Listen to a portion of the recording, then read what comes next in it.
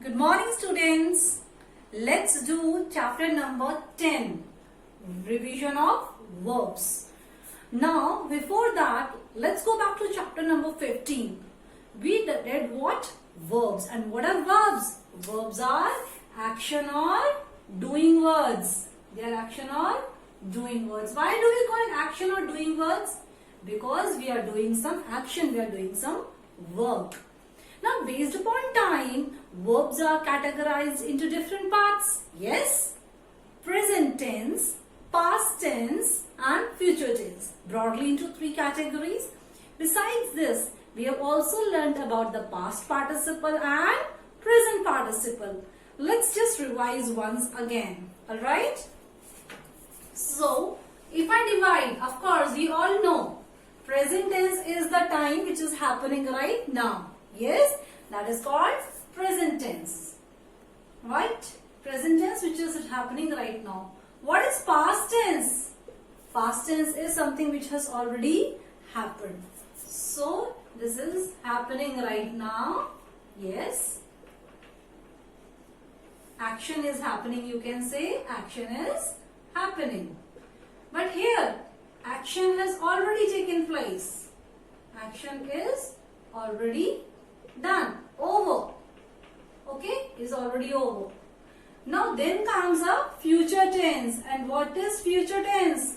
Action will happen. Yes, action will take place. Right? Action will take place. Now this we have learned about the three broad classifications. Okay. Besides this, what we have learned? We have learned present participle and past participle. Yes. What is present participle? When we add ing to the verb, right? Suppose I add eat plus ing. Yes, it will become eating. That is present participle. But you remember we did three forms of verb. Yes, this is about the present participle. Present participle. Okay. Here, eating is the present participle. Eating is the present participle. But if I now talk about past participle, what it is? It is the third form of the verb.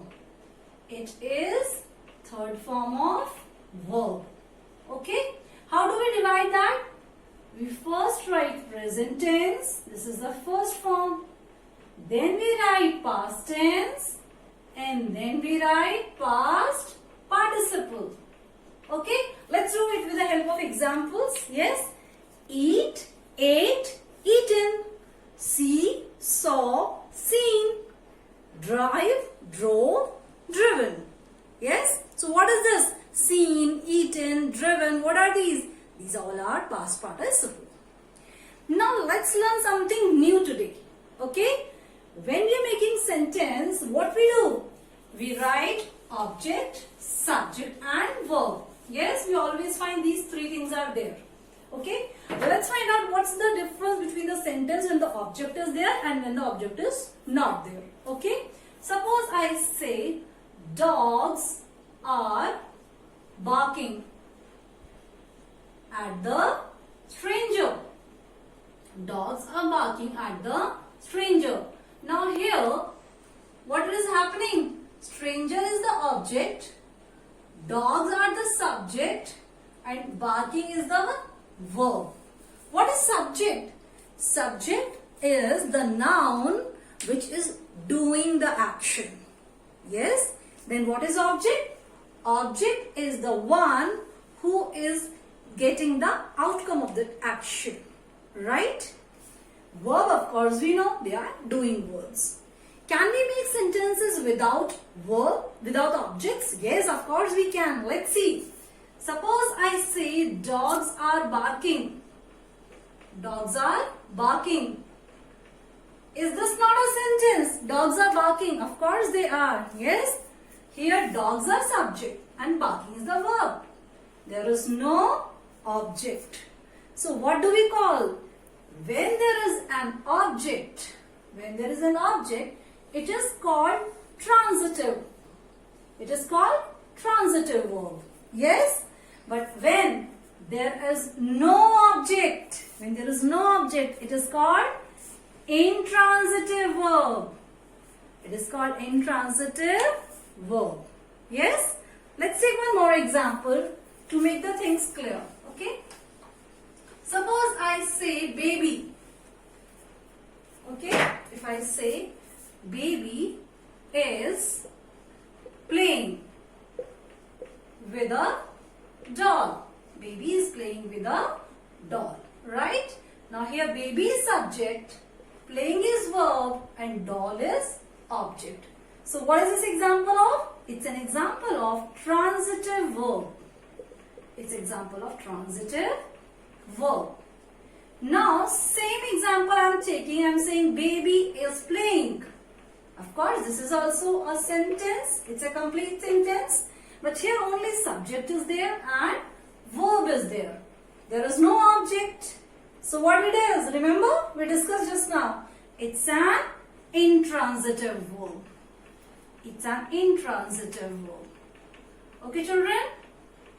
So based on this, there are certain exercises which are given in your book. So let's do the exercises now. Alright? So children, in exercise A, what we have to do? There is a paragraph given to us in form of sentences. It's about a stormy night. What is storm? When the wind becomes more stronger, it takes the form of storm. So we have to pick these words and we have to fit in those sentences. First one is the rain dash against the window panes. Yes, the first answer is puttered. Now what does this word puttered means? Puttered means when somebody is moving in an irregular way. What do you find? Rain is falling somewhere heavily, somewhere it's a little light, sometimes it stops. So there is no regular pattern of rain. So we can say the rain puttered. Okay. Now second sentence is the wind dashed through the trees. It is howled. You remember what is this? Who does this howling? Wolf. Yes. Wolf does the howling. So that sound is compared to as howling. Howled of wind. The lightning flashed across the sky. Flashing means when you see it in one go. Thunder rumbled in the distance. Thunder rumbled in the distance. Yes, rumbling means the noise which thunder is making. Okay. Now let's move to exercise number B, where it is saying the hell box is given to us and we have to write the words from that hell box. Okay. Let's see what this exercise say and how we have to do it. Okay. Now here words which are given, they are giving a particular meaning. Suppose I say the baby is just learning to dash. This has been done for you. Baby crawls. Yes. Okay. Now the chair dash as Deepika sat down. That breaking sound of chair is called creaking. Yes. So what will you do? You write creaked. You will write creaked. Okay. The bus dashed into a tree. The bus crashed into a tree. Don't you remember for plane crash we say crashed. So something hitting hard against something is called crashing vehicle. Okay. The old man plodded. Plodding means when you are walking with a very heavy steps. Just imagine old man just climbing the hill. Yes, of course, those steps will be heavy. So we will write plodded.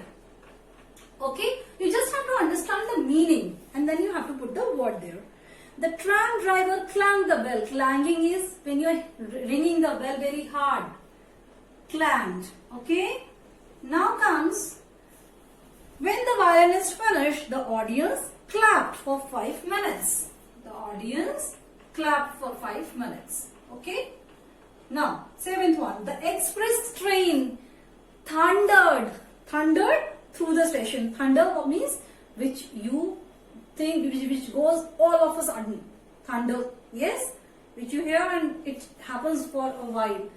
What happens? Sometimes, some stations, the express train does not stop.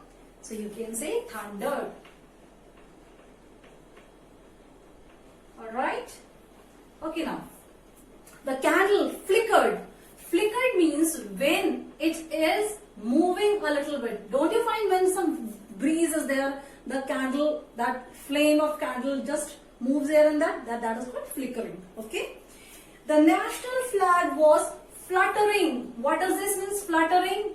When it is moving continuously without stopping. Something is moving continuously without stopping. That is called fluttering. The seagulls were gliding. Gliding means when you just go high up with a flight. Yes. And you come back. That is swift motion. Alright.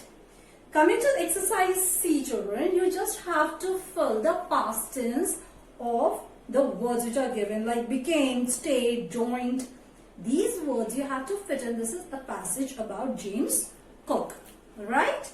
So you will do like James Cook was born on 27th October 1728. He first worked as an apprentice to a shopkeeper.